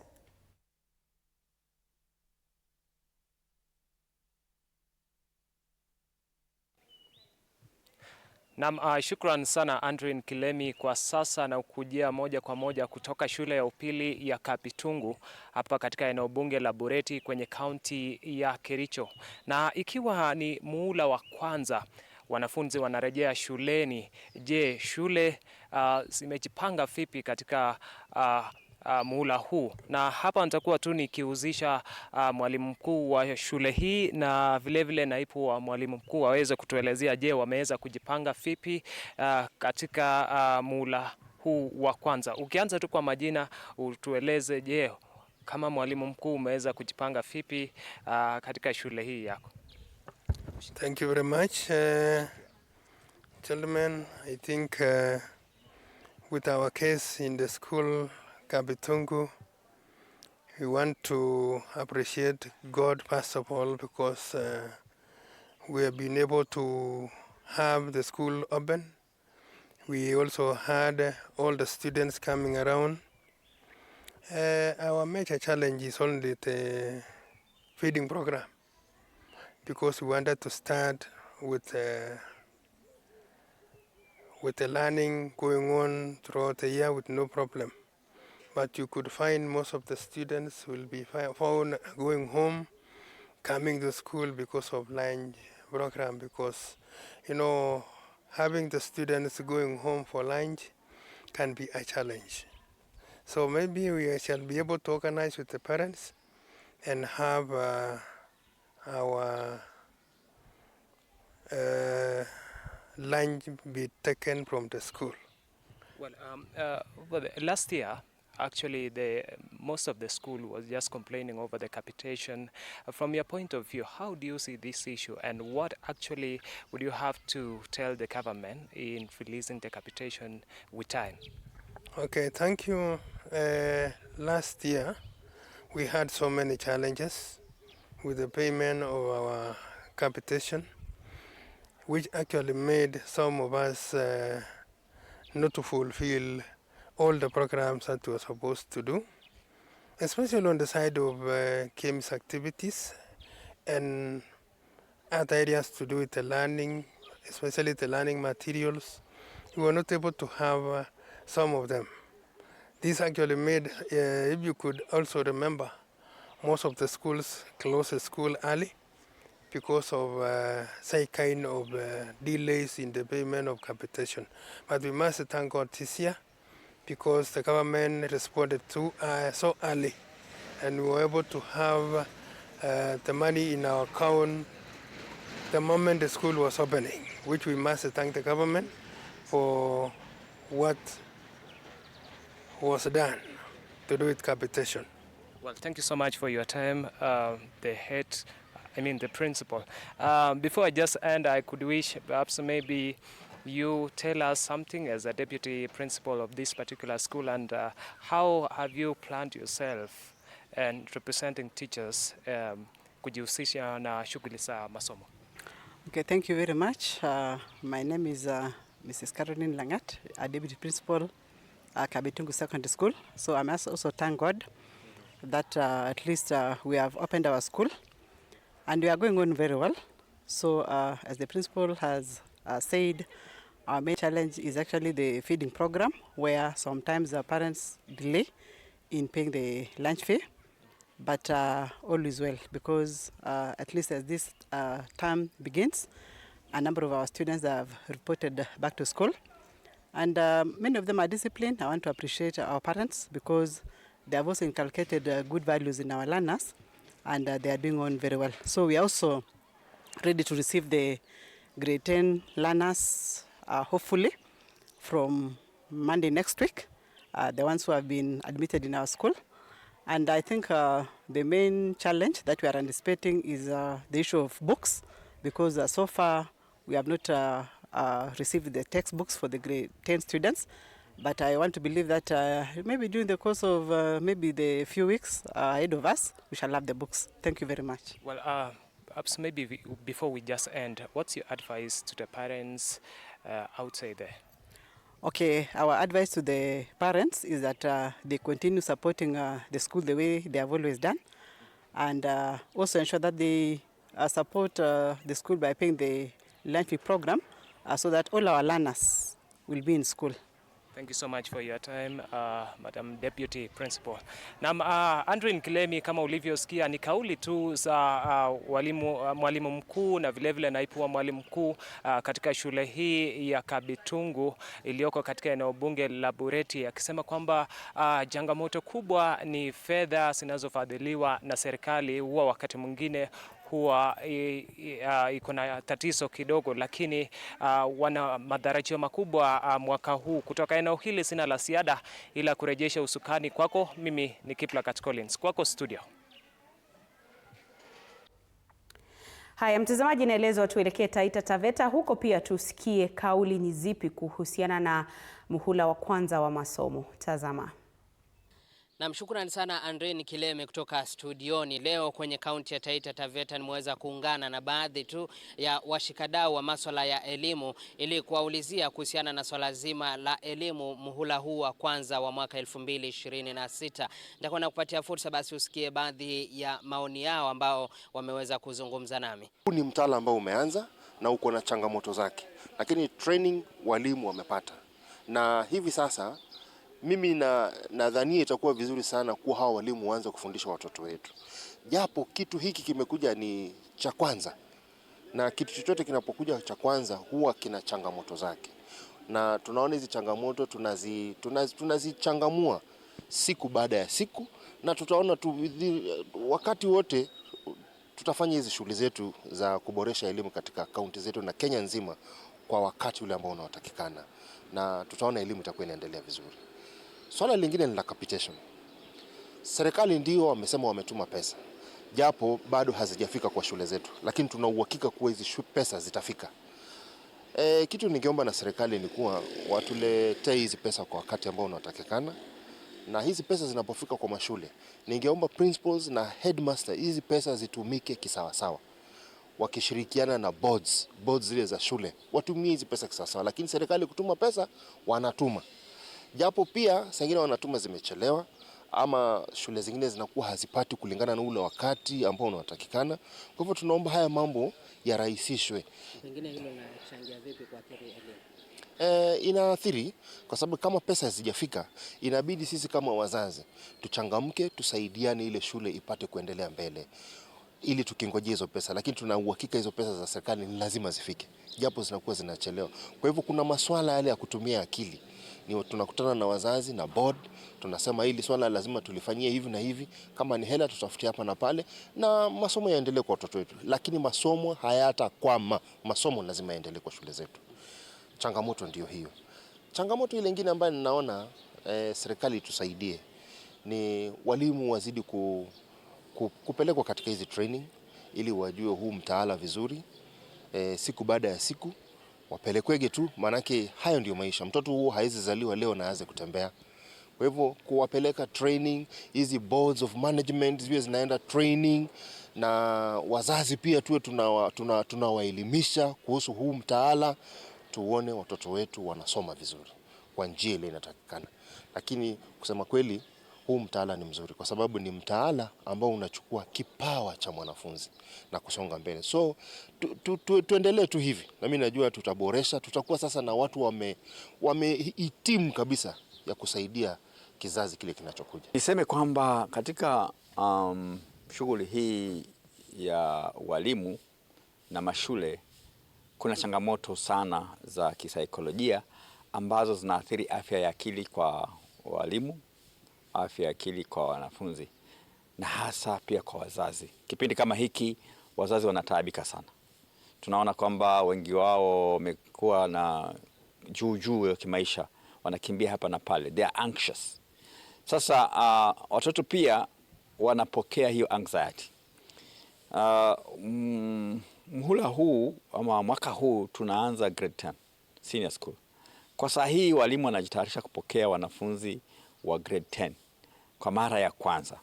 Hii ina changamoto zake kisaikolojia kwa wazazi na kwa watoto. Ninafikiria sana kuhusu watoto ambao wanaingia grade 10, wataingia wakiwa na taharuki, wataingia wakiwa na wasiwasi, wakiwa hawajui baada ya hivi itakwaje. Yani we are not sure of the future. So there's a lot of anxiety. Na niseme kwamba kwa kiasi kikubwa ndio walimu wamejitayarisha, lakini kuna upungufu wa wataalamu ama huduma ya kisaikolojia. Huduma ya kutayarisha walimu kisaikolojia, huduma ya waweza kuwahudumia hawa watoto. Yani katika mashule yetu huwa tuna mwalimu wa guidance and counseling. Lakini huyu mwalimu ana mzigo mzito wa kufundisha kama walimu wengine. Sasa tunahitajika kuwe na psychological services. Walimu ama mashule, walimu wakuu ama mashule waweze kuita wataalamu wa kisaikolojia, professional psychological counselors, ili waje kuhudumia walimu pamoja na wanafunzi na hata pia wafanyikazi wengine katika shule ambao pia wanahudumia hawa watoto. Niseme basi kwa ufupi kwamba shule hazijajiandaa vilivyo, na si shule binafsi, lakini mfumo mzima wa elimu katika nchi yetu kwa sasa hatujajiandaa vilivyo, hasa katika shule za umma kuweza kuhudumia wanafunzi kisaikolojia na kuwapa ushauri na saha ambao utaweza kuwasaidia kuingia katika mifumo hii mhula huu hasa wa mabadiliko katika mfumo wetu wa elimu. Na Andrew, ndio maoni yao kuhusiana na mjadala wetu wa leo kuhusu elimu katika mhula huu wa kwanza. Naregesha kwako studioni kuendelea na mjadala huu. Mie ni Julius Mariki, kaunti ya Taita Taveta. Haya, kutoka Taita Taveta mtazamaji, tuelekee Naivasha, tuungane naye mwandishi wetu wa habari ambaye ni Willy Dennis Njiru. Willy, wapo unanipata, hali iko vipi hapo Naivasha? Hapa studioni tutaangazia muhula wa kwanza wa masomo. Wazazi wana maoni gani kuhusiana na utayari uliopo? Naam, asanti sana mwenzangu Andrin Kilemi. Bila shaka jinsi ambavyo umesikia kutoka kwa mwenzangu Mwakio hapo, mambo ni kama hayo tu kutoka upande huu wa Naivasha, ambapo nimejumuika na baadhi ya wazazi wakaweze kutueleza mawili matatu kuhusiana na mada ambayo unaendeleza hapo studioni. Na pasi na kupoteza muda, karibia kidogo unieleze jina lako, mambo ya elimu, mtaala wa elimu saizi unaonaje? Tuko tayari? Mambo ya pesa, ugavi wa pesa shuleni, utayari wa masomo hapa nchini uko vipi? Jitambulishe kwanza. Nakushikia microphone, angalia kule. Ni majina yangu kamili naitwa Lionel Keshmana. Endelea. Nikijaribu kuangalia maisha huku, tumeona sasa tunaona ni wakati wa kwenda shule, lakini tunajaribu tu polepole, lakini pesa ndiyo haionekani vizuri. Kuna kitu tunaomba tu, kama mtu yoyote anaweza saidia. Wacha tusikize kutoka kwa mwingine. Karibia hapa dada. Songa huku kidogo. Mimi naitwa Ann.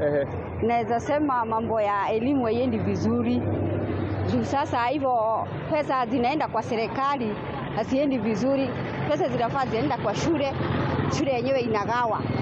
Ndio sasa wanajua ile mahitaji wako nayo. Sasa kwa saa hii hata school fees hatuna, saa hii tunang'ang'ana tu. Mambo ya shule hata wangu hajaenda, bado nang'ang'ana tu ndio nipate school fees. Mambo ya shule ni ngumu sana. Asante. Muhula wa kwanza ndugu umeanza, una watoto shuleni, mambo yanaenda sawa ama yako kidogo kombo? Kwa majina naitwa Wilson. Mimi bado ni mzazi. Bado ndio ninajitayarisha, kwangu anaingia grade 10, lakini mambo bado imetufinyiria. Ni kwa sababu hata fedha hakuna, cultivation bado iko chini, fedha ziko chini, kibiashara tuko chini, lakini bado tunang'ang'ana, lakini tunaomba serikali hii mambo ya cultivation waangalie sana. Asante. Wacha tumalizia na ndugu hapa. Nieleze jina lako. Nimesikia mkizungumzia hata mambo ya capitation, hata mnaitishwa RIM shule. Jitambulishe kwa majina. Naitwa Eskimo Skobia, mwakilishi wa wazazi katibu mkuu Kenya mzima. Ningetaka kusema ya kwamba upande wa capitation ile inatumwa wakati huu, kwanza imetumwa this time mapema, serikali imejaribu, lakini wakati inaingia kwa mashuleni kuna walimu hata wanasema mpaka sasa hawajapokea. Then inakuwa ya kwamba ni changamoto kwa sababu bado wazazi walikuwa wameitishwa RIMS za shule, bado wanaambiwa waende nazo, na wasipoenda nazo lakini wanafukuzwa kwa shule. Ningeomba walimu waache hiyo tabia ya kufukuza watoto wakati wasipoleta RIMS kwa shule, kwa sababu pesa ikitumwa katika capitation, hiyo stationery imekuwa included hapo. Lakini kujiandaa kwa grade 10 kuingia senior secondary school, ningesema ya kwamba serikali iko na changamoto kwa sababu mpaka saa hii suppliers hawajalipwa pesa ya vitabu. Kwa hivyo watoto wakati wanaingia tarehe 12 sijui wataanza kusomeshwa na nini, kwa sababu curriculum design na kila kitu hajatengenezwa. Kwa hivyo tunaomba serikali, hakuna haja tuseme kitu iko kisuri kama hakiko kisuri. Haya, ninaelezwa sina muda, lakini siwezi enda kabla sijakuuliza hili. Mataifa yaliendelea, system za masomo pale zimekuwa study tangia miaka na miaka. Ni kipi ambacho tunafaa kufanya hapa nchini kuhakikisha kwamba tunaiga ile na tunakuwa na system ambayo inafanya kazi? Sekunde 20 tu. Ile system tunastahili kuapply kwanza, kwa sababu hata mtaala tumeleta hatukufanya public participation ya kutosha ili wazazi waweze kuelewa na hata walimu. Kwa hivyo tumeiga mfano ya wengine ambayo nchi yetu hata mambo ya pesa na kufacilitate hiyo system inakuwa ngumu sana. Hii mataifa mengine wanakaanga chini na wanahakikisha ya kwamba inaenda miaka kama 20, lakini kila wakati sisi tunaleta baada ya miaka 10. Kwa hivyo inakuwa changamoto kwa nchi yetu na kulingana na ile fedha zinapatikana. Kwa hivyo system ikae kwa muda mrefu. System inastahili iendelee kwa muda mrefu ndio watu atimize. Asante. Huyo ni Bwana Kobi hapo, Andrin akizungumzia masuala ya elimu hapo. Bila shaka mengi tu yanafaa kufanywa ikiwa tutaiga mifano ya mataifa yaliendelea na kuhakikisha kwamba kila taifa linaloendelea ama kujimudu lazima liwe na wananchi ambao wameelimika vya kutosha. Kutoka upande wa Naivasha sina la ziada. Kutoka kwangu mimi Willy Dennis Njiru, majembe kwako mwenzangu Andrin Kilemi, studioni zetu jijini Nairobi. Haya, asante sana Willy Dennis Njiru, mwandishi wetu wa habari kutoka Naivasha, hapo tu akisema na baadhi ya wazazi, na kauli ni ile ile kuhusiana na gharama ya juu ya maisha na vile vile gharama ya juu ya elimu. Hapa studioni, mtazamaji, nikukumbushe kwamba ninaye Bwana James Nyaga, ni mtaalamu wa masuala ya elimu. Vile vile yupo Silas Obuhata ambaye ni mwenyekiti wa chama cha wazazi. Na awali, kabla ya kuelekea katika kaunti tofauti tofauti kuangazia hisia za wazazi, kuna hili swala ambalo tulikuwa tunazungumzia kuhusiana na walimu, kwa sababu tunapozungumzia muhula wa masomo bila shaka pia walimu wapo ndani. Na Bwana Nyaga, tukaona kwamba serikali iliahidi kuwapa kandarasi ya kudumu walimu wa JS, lakini hadi sasa hilo halijafanikiwa, na nikana kwamba hata si kana kwamba imethibitishwa kwamba watakuwa wakiendelea kuhudumu hadi mwaka 2027 ambapo sasa wanatarajiwa kupatiwa kandarasi ya kudumu. Kwanza kabisa, iwapo ahadi hii ya kwanza haikutimizwa, tuna uhakika gani kwamba hata mwaka 2027 ahadi hiyo ya kandarasi ya kudumu itakuwa inatimizwa? Pili, iwapo walimu hawa hawana motisha, na ndio hawa walimu ambao tunatarajia na tunategemea wawe madarasani na watoto kuwafunza, unadhani kwamba tutakuwa tunafanya haki kwa watoto au itakuwa ni bora tu elimu? Hakika ni kwamba huwezi kuamini serikali ya sasa. Huo ndio hakika. Kwa hiyo walimu wanapoambiwa kwamba wataajiriwa mwaka 2027, haya ni matamshi tu. Huwezi kuyaamini, manake hayapo katika mkataba fulani, hakuna sheria imewekwa ama mkataba wowote. Kwa hiyo ni ile tu kawaida, ile vipindi vya kawaida. Ikiwa kukosa motisha kwa walimu hawa kutaadhiri elimu, hakika itaadhirika pakubwa, kwa sababu mwalimu ni mojawapo mazingira ambayo yanafaa kuboreshwa ili mwanafunzi aweze kupewa nafasi inayofaa na kupewa hali nyingine zote ambazo zinafaa kumfanya akafanya vizuri ama akasome katika mazingira mazuri. Ukweli uliopo ni kwamba, na nafikiri hilo ndilo tunafaa kuelewana mapema, ni kwamba tuna changamoto kubwa na nyingi zaidi katika elimu ya sasa. Na mojawapo ya changamoto hizi, manake nilisema serikali inapopewa nafasi ya kuongoza kila kitu, serikali inafaa kuhakikisha kimekwenda kinavyofaa. Ndio maana wanapewa mamlaka na wananchi, kisha baadaye wanapewa hata asasi za usalama, ili waweze kuhakikisha kwamba panapohitajika sheria wana bunge, panapohitajika usalama wana polisi. Kwa hiyo tuseme kwamba kila mtu anafaa kuambia yeyote anayemfikia wa serikali kwamba mambo hayaendelee inavyofaa. Na cha msingi zaidi katika elimu yetu ni kitu inaitwa affordability. Kwa sababu ile inaitwa 4A principles of education. Katika nchi yote ile lazima education lazima kuwa affordable, kwamba gharama ya masomo kwa vyovyote vile inaweza kugharamiwa na ikiwezekana na kila mtu. Na ndio maana itabidi niseme hapa kuna tofauti ya quality education na quantity education. Katika mataifa yanayoendelea kama Kenya, which is a third world country, ijapokuwa nimesikia tunapelekwa Singapore, lakini kwa sasa kwa sababu tuko hapa Kenya, mataifa hayo yote kitu cha kwanza huwa ni kitu inaitwa quantity education, kuhakikisha kwamba kila mtu, hata yule ambaye hawezi kung'amua moja na nyingine, amekwenda shuleni mpaka kidato cha 4. Kwa hiyo kila serikali, ndio maana unakumbuka wakati wa Kibaki hata wale watoto wa mitaani walikamatwa na polisi na kufikishwa katika shule zilizokuwa karibu, ili tuhakikishe kwamba kila mtu amejua kusoma na kuandika, kusikiliza na kuongea. Kwa hiyo tukipata kwamba wazazi wanalalamika, wanasema mtoto wangu hakwenda shuleni kwa sababu sina mahitaji fulani ama sijakimu mahitaji haya mengine, ina maana kwamba our education is not affordable as it should be. Na hilo ndio ningetaka tuelewane kwamba kama mwanafunzi hawezi, kama mzazi kuna baadhi ya mahitaji hawezi kukimu, ndio basi serikali uje ikasema mahitaji haya yote wacha serikali igharamie. Na tusiseme ama kudanganyana hapa kwamba nimemsikia ambaye anawakilisha wazazi akisema serikali inajaribu sana, manake hakuna pesa, manake wakati mwingine ushuru huchelewa. Ushuru hauchelewi. Ushuru huwa unakusanywa kila siku. Hata wakati tuko hapa sasa ushuru unakusanywa. Kwa hivyo hakuna jambo la ushuru kuchelewa, na kuna pesa nyingi sana Kenya tunaziona kila mahali zinatembezwa kwa magunia. Majuzi tumesikia serikali inataka kuwa sasa na noti ya 5,000 kwa sababu wameshindwa kubeba zile pesa zilizoko za 1,000 zimekuwa ni mzigo.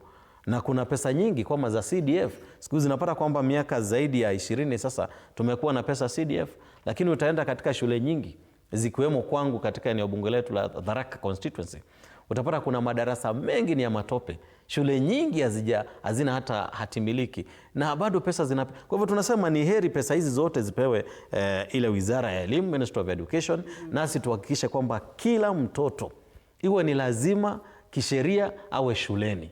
Manake tusipofanya hivyo huenda tukajitafutia matatizo mengine katika siku za halafu, kuwa na jamii ambayo nusu haijasoma, nusu imesoma. Naam, asante sana Bwana Nyaga. Na Obuhatsa, kwa sababu ni mwakilishi wa wazazi, ameibua hoja muhimu hapa kuhusiana na gharama ya elimu. Akasema kwamba iwapo mzazi kutoka gatuzi la Nakuru anasema mtoto hajakwenda shuleni hadi sasa hivi kwa sababu sina uwezo wa kupata ile ada ya shule, mwingine kutoka Mombasa aseme vile vile, na mwingine kutoka kaunti nyingine aseme vile vile, ina maana kwamba kuna kasoro. Ina maana kwamba elimu yetu ni ya gharama ya juu, kwamba it is not affordable kwa wazazi wengi. Na hili swali sasa ni la kwako kama mzazi, maanake awali umetaja kwamba una mtoto ambaye anaenda hata grade 10. Do you think education in Kenya is affordable? Jambo la kwanza ni kusema kwamba Kilemi, ninakubali kwamba katika education sector kuna changamoto, na nimesema changamoto hizi zote haziwezi kufanya siridhishe kila mtu kwa siku moja. Wakati mzazi anapanga kuzaa watoto, mzazi anapanga kulea hawa watoto. Ni jukumu la mzazi kulea watoto. Na one of the things that mzazi anafaa afanye ni right yake kupeleka watoto kwa shule. Awe na pesa, awe hana pesa. Kwa sababu watoto wanafaa waende kwa shule. Now, Yule mzazi ambaye amezungumza Nakuru amesema hajapeleka watoto kwa shule mpaka saa hizi. Ningelipenda kusikia yule mzazi akisema kwamba nimepeleka mtoto wangu kwa shule, nimefika kwa gate, principal ameniambia usiingie ndani ya shule. Swali ni je, elimu ya hapa nchini. Nakujibu. Okay. Nakuja kwa hiyo. Ningelipenda kusikia yule mzazi akisema nimepeleka mtoto kwa shule, nimefika kwa gate, nimefanya nini? Nimefukuzwa. Tumeona wazazi wakizungumza katika runinga kutoka sehemu mbalimbali za nchi ya Kenya. Hatujaona mzazi ambaye anasema kwamba saa hizi mnaona watoto wako barabara wanatangatanga, hawajaenda kwa shule. Hajasema kwa sababu serikali imetimiza nini? Haki yake. Imetuma pesa kwa shule. Kwa hivyo yule mzazi ambaye kuna kura anasema mtoto wake angali yako nyumbani, yule mzazi anafaa anajua kwamba zile pesa serikali imetuma kwa shule. Hii 44 billion.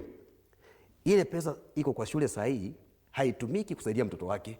Kwa hivyo yeye angelalamika, angekuwa amepeleka mtoto kwa shule. Jambo la pili, hatuwezi kusema kwamba pesa zinabebwa kwa magunia.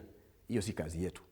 Pesa ikiwa ni ya serikali, serikali iko na mipango vile imepanga, ikipanga kwamba itachukua 44 billion kwa gunia ipeleke kwa mashule, iko na right ya kupeleka kwa mashule kwa gunia. Hatuwezi kuzuia hiyo kitu.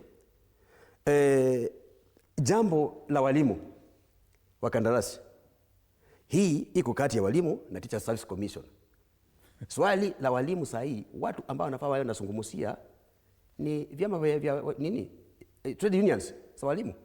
Hawa walimu wako na right ya kwenda kwa trade unions ambazo zinawakilisha na kuuliza ni kwa nini sisi mpaka saa hizi hatujakuwa nini ajiriwa. Jambo lingine, ukisoma zile barua za wale walimu vile ziliandikwa, nimesoma hizo barua, sijaiona mahali penye serikali imeandika imesema kwamba on this date nitakupatia permanent and pensionable employment. Zile barua zimeandikwa kwamba ni kandarasi, na kandarasi ni kandarasi, permanent ni permanent. Kwa hivyo wale walimu ndio nasema vyama vya walimu trade unions, hawa walimu wakae na trade unions na lawyers wao wa advice. Naam.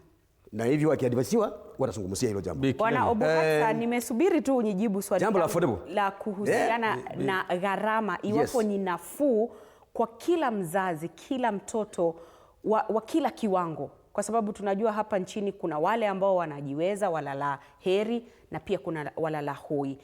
Elimu ya hapa nchini ni ya gharama ya nafuu kwa wazazi na watoto wa viwango vyote? Gharama ya elimu kwa wazazi ni mzigo, nakubali kwanza. Lakini serikali imepunguza huo mzigo, ndio imepatiwa capitation funding na wazazi wako nayo ya kulipa. Kwa hivyo ndio tunasema education in this country is affordable.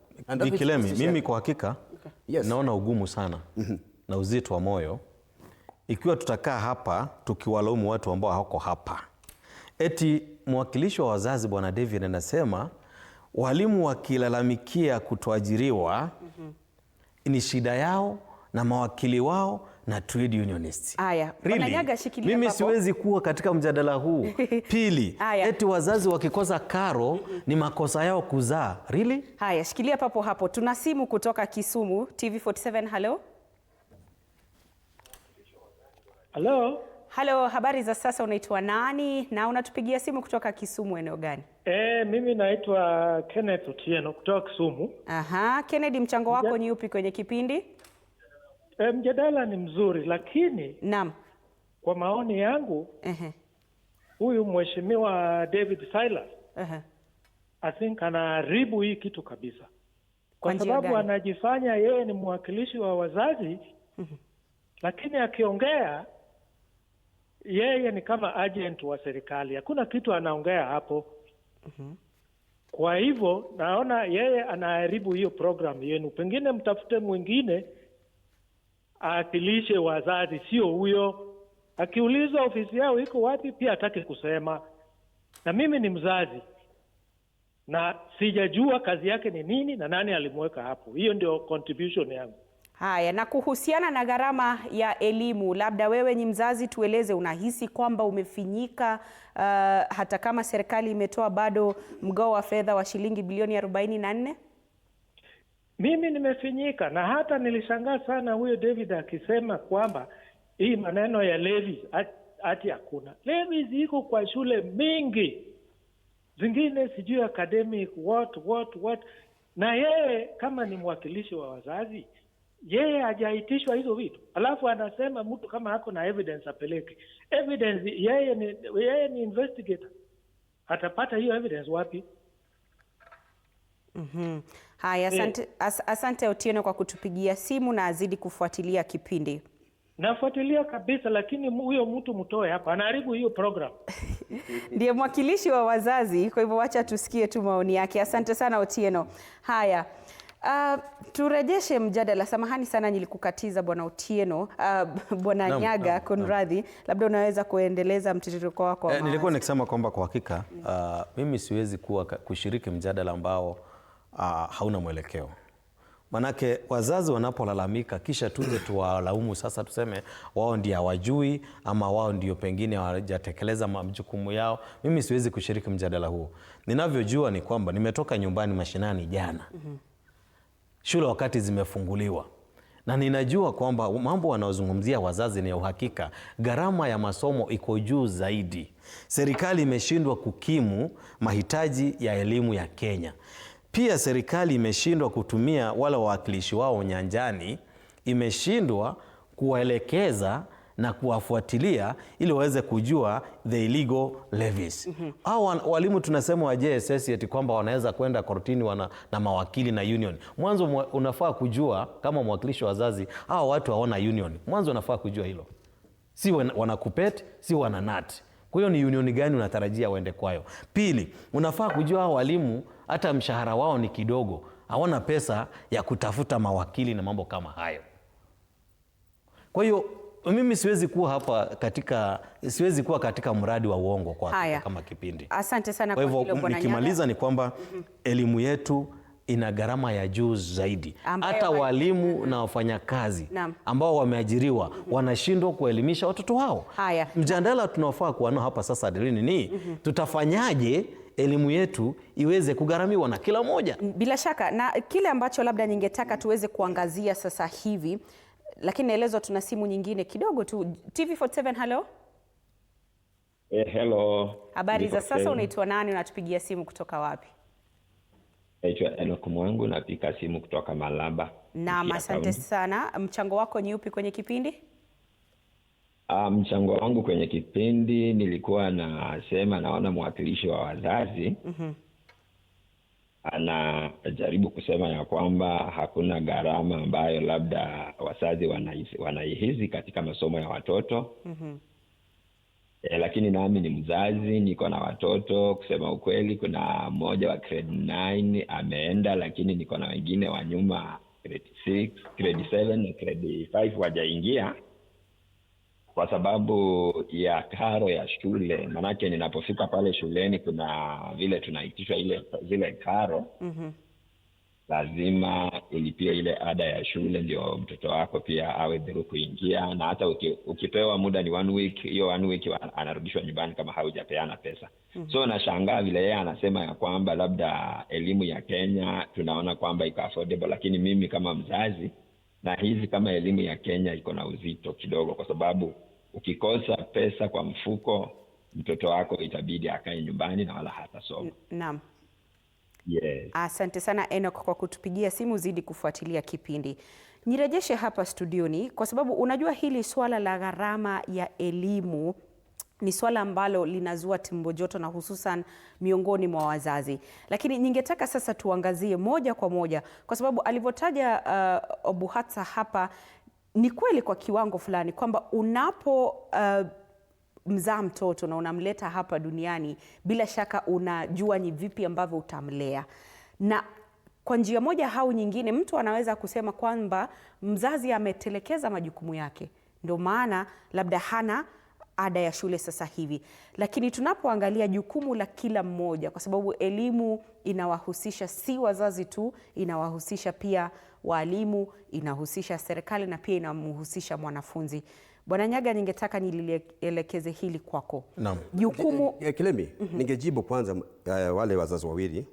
Huwezi kujibu wazazi kwa sababu unawakilisha. Wewe unanizuia niziongee. Kuzuia kwa sababu mimi naona naje waste kuwa katika mjadala huu. Unanizuia niziongee. Huwezi kujibu wazazi. Nitakupa muda kwa nimesahau. Huwezi kusahau, andika tu. Kabla hatujaangazia kuwarejelea wazazi, nataka ili tusonge vizuri tuangazie jukumu la kila mmoja. Mzazi, walimu, serikali yenyewe na hata watoto, manake najua wana jukumu. Bwana Nyaga. Naam. majukumu ya serikali ni kuhakikisha kwamba elimu iko ile tunaita availability, iko available, inapatikana. Kwamba kuna mahali naweza kwenye kijiji chetu naweza kwenda nipaite shule nikute kuna mwalimu, kuna madarasa na kuna wafanyakazi wengine wa shule. Mzazi naye anafaa kuhakikisha kwamba amemlisha mtoto wake, amemwelimisha haja ya kuwa shuleni, amemnunulia sare za shule na amelipa ile ada kidogo inayohitajika katika shule ile. Na pia hakikisha kwamba mazingira kati ya shule na nyumbani yako sawa na usalama wa wanafunzi uko sawa. Kwa hivyo ikiwa kuna mahali kuna tatizo la usalama hapo njiani, sasa ndio mzazi anakuja anasema ama tumpeleke shuleni ama tuongee na asasi za serikali ili waweze kuleta usalama. Okay. Sasa mwanafunzi naye akishafikishwa shuleni ana jukumu la mwanzo la kutii sheria za shule, za kusoma, za kuwa shuleni wakati unaofaa na mambo kama hayo. Kwa hiyo jukumu kubwa zaidi la masomo ni kwa serikali. Okay. Kwa sababu hata serikali yenyewe inafaa kuhakikisha wazazi ambao hawajafikisha watoto shuleni wanakamatwa na kueleza kwa nini, ili watoto wa shule, wale machifu pale nyumbani wanafaa kuhakikisha kwamba kila mtu amemfikisha mtoto shuleni. Kwa sababu masomo yetu kulingana na katiba, na ulizungumzia ibara hiyo ya 43 na 53, ukasema kulingana na ibara hiyo masomo yetu ni ya lazima. Ni ya lazima kwa kila mtu. Kwa hiyo serikali haiwezi kunawa mikono kwa kutoa pesa tu. Inafaa kuhakikisha walimu wako shuleni na walimu wanatosha. Baadhi ya ada ambazo mwakilishi wa wazazi hana habari nazo ni kwamba kuna shule nyingi sana hazina walimu wa kutosha. Kwa hivyo inabidi wanaajiri walimu wengine ili kufidia ile nafasi. Asante. Ama lile pengo. Wacha sasa nimsikie Bwana Obuhata hata kabla haujawajibu wazazi ili nijue iwapo tunasonga pamoja. Amezungumzia jukumu la serikali, akasema serikali ina jukumu kubwa zaidi tunapozungumzia elimu ya mwanafunzi hapa nchini. Amezungumzia jukumu la mzazi, jukumu la mwanafunzi mwenyewe na hata jukumu la mwalimu. Sasa ningependa kusikia kutoka kwako, kwa sababu kila mmoja, kila mshikadau wa elimu ana jukumu lake binafsi kuhakikisha elimu bora kwa watoto hapa nchini. Unakubaliana kwamba jukumu kubwa zaidi liko kwa serikali? Nakubali kwamba serikali iko na jukumu la kuona kwamba education katika nchi ya Kenya is provided for. Na education inafaa ikuwe quality na equity. Na serikali inahakikisha kwamba education is based of equity and quality. The government, that's why the government has taken the lion's share as far as even paying the funding capitation. You see, it's 57%. Imechukua 57, imepatia wazazi 43%. Na tunasema serikali inajua kwamba kama inaweza kutuma vile imetuma hii pesa kwa shule na wazazi wa support kulipa ile 43%, principals wa shule hawatalalamika. Lakini nafika mahali kwamba unaona vile wazazi wanazungumza, mimi ni mwakilishi wa wazazi na wasikiza vizuri sana, mimi ni mzazi. Tukisema tu kwamba serikali itoe kila kitu, itoe socks, itoe kiatu, itoe kalamu, itoe hata ina za watoto kwa shule. Parents have their own roles that they have to carry. We have gone educating parents, tumefunza wazazi their roles and you're still doing it. Ni polepole because si ati nafunza siku moja naisha. Hatuwezi kulaumu serikali kwamba haijafanya ile ambayo inataka ifanye, kwa sababu kama serikali ingekuwa imelemewa haiwezi kufanya, right now hatungekuwa tunaongea juu ya transition to grade 10. Because wakati Dr. Ruto amekuwa na kampeni kuwa president, kulikuwa na mjadala kwamba CBE iwe dropped. Na rais akasema, Dr. Ruto akasema, nikiwa president nitaamua kama itakuwa dropped ama itaendelea. Na wakati amekuwa president akasema amechunguza, ameona kwamba CBC na which CBE itaendelea hata legea, na akasema akona agenda ya education kwamba ata invest pesa kwa education. Kwa hivyo serikali ina invest pesa kwa education, ijapokuwa kwamba hii pesa nimesema kwamba ile tax ambayo inakuwa collected inaenda into so many branches za government, haiwezi kuwa enough to give ama kupeana 100% education, basic education free in Kenya. And I still say this, in the whole world, Tell me a country that is giving free education, everything holistically, from food all the way to the hair. Let me finish. No, you can't finish. Let me listen. You can't finish. You are misrepresenting facts. Nobody said tunahitaji chakula. Listen first, bwana. Just listen to me. Na inawe asasupute. Nimekusikiza ukiongea. Mimi siku argue. See, I gave it time you spoke. You are speaking as if. Aya, malizia bwana Obuhata. I'm to speak because I gave you time. Serikali inajua vizuri kwamba itafika hapa na kiwango chake na wazazi watafika hapa. Kwa hivyo is cost sharing and it has been there. Hata wakati wa Moi wa Kibaki education has been cost sharing. So mwenzangu asidanganye wazazi hapa kwamba yeye is very clever, anajua kwamba education is free in Kenya or it can be free. Jambo la pili. Naam. Wale wazazi ambao wamezungumza. Kuna mzazi ambaye amezungumza kutoka Kisumu. Ningelipenda kumuuliza, anajua kwamba one of the strongest county that we have very strong national parents association supporters and who speak openly is Kisumu. Which Kisumu does he come from? I was in Kisumu just before KGCSE exams and had a conference of 2,000 parents in Kisumu town with the KISD director, Professor Goda, in Kisumu educating parents on transition to grade 10.